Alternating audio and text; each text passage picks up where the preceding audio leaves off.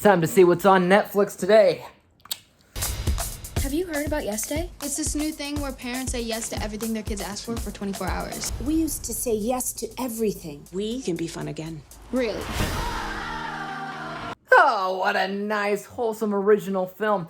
Or is it? You see, 13 years ago, funny man comedian Jim Carrey and Zooey Deschanel made another film called Yes Man. Yes Man, Yes Day. Is it the same film? I don't know, because in both variations, the main character cannot stop saying no. No, no, no, no, no. They're addicted to the word until one day they're not. One day, they change their mind and all they can do is say yes. Yes, yes, yes, yes, yes. So, is it the same movie? What one do I pick? Which one's better? Who knows? Here's the review.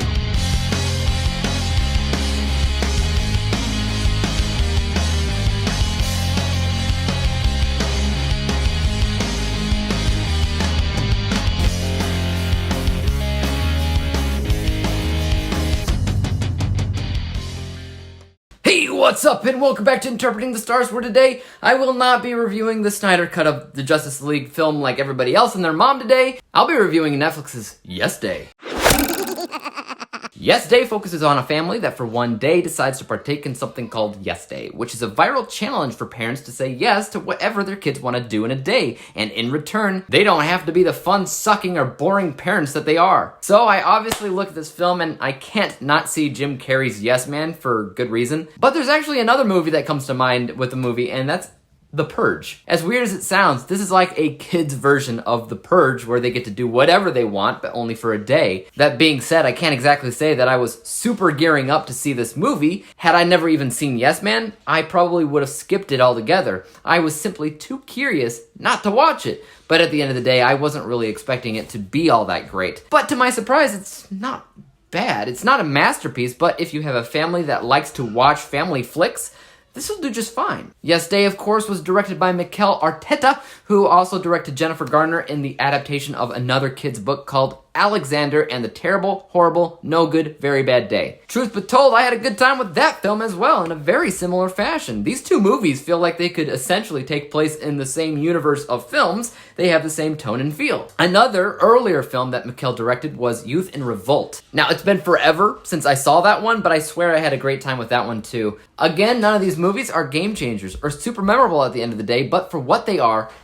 fun while you watch them, and they are 100% family-based. So, if that's your kind of thing, and I know a lot of families that literally don't watch anything but family films, if that's you, Yes Day might actually work. When it comes down to stating negatives for Yes Day, I think the first thing that comes to my mind is simply that it's kind of, sort of, aimless. There's specific obstacles or tasks that the parents have to do throughout the day in order to have a successful Yes Day, and there are bets that are made like, if I win, then we do this, if you win, whatever. I appreciated that, so it wasn't entirely aimless, but I had a hard time with the motive, kicking it all off. The reason why the parents decided to do it in the first place. I mean, it has something to do with not wanting to feel like boring parents, and that's not really a value that I consider strong enough to warrant the plot. Yeah, it's a kid's movie, and kids see their parents as boring, I get it. But being a boring parent myself, I wouldn't pull a Yes Day out in order to not be boring. It's not good enough. But once it begins, I definitely liked the moral of the story here, which was essentially teaching a lesson to both kids and parents. For the parents, it was about learning to let go, live a little, put down your phone, be with your family, take risks. You'll be happier for it.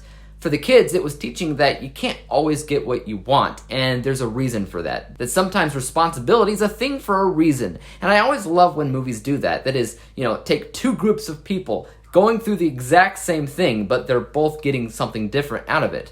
Yes Day was kind of smart with that, so I dug what they were able to tell the audience with it. But when you stop and you take a look at these characters, none of them are really that memorable. Seriously, you pluck any given character out of the film and examine them all on their own, they're all just people blending in together. The only person with an actual characteristic was the humorous gym teacher guy that pops up throughout the movie at different venues. When you look at the visuals, cinematography, editing, music choices, this film was so cut and paste it hurts. None of it stands out as good or bad, it's just as average can be. It's not exactly a bad thing for a kid's movie, but it's not great either.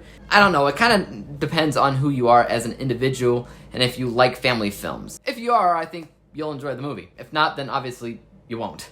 Let's go ahead and break down my final score for a second from an unbiased technical vantage point. This film is pretty average. Like I said, there's not a lot about what it technically does that'll impress you. The only thing in this category that I enjoyed was the moral of the story and how deep it actually is, if you think about it. I also think the narrative structure is perfect, but it is a kids movie, and that's typically what you get.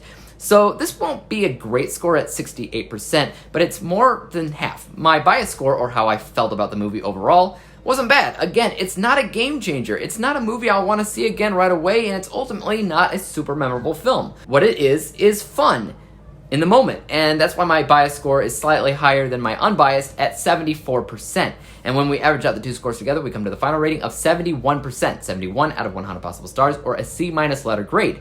For comparison's sake, that's 1% difference in score versus the Alexander and the Terrible, Horrible, No Good, Very Bad Day film. What about you guys? Have you seen this movie on Netflix? And if so, what are your thoughts on it as a whole? And as for YouTube, you guys know what to do. Hit that like, subscribe button, and bell to be notified when I come out with my next review. And until then, peace out. Dave examines movies we just watch for fun. Davey is the expert. He is the #1 critic that I go to when I need a movie pick. Thanks for joining up with us. We think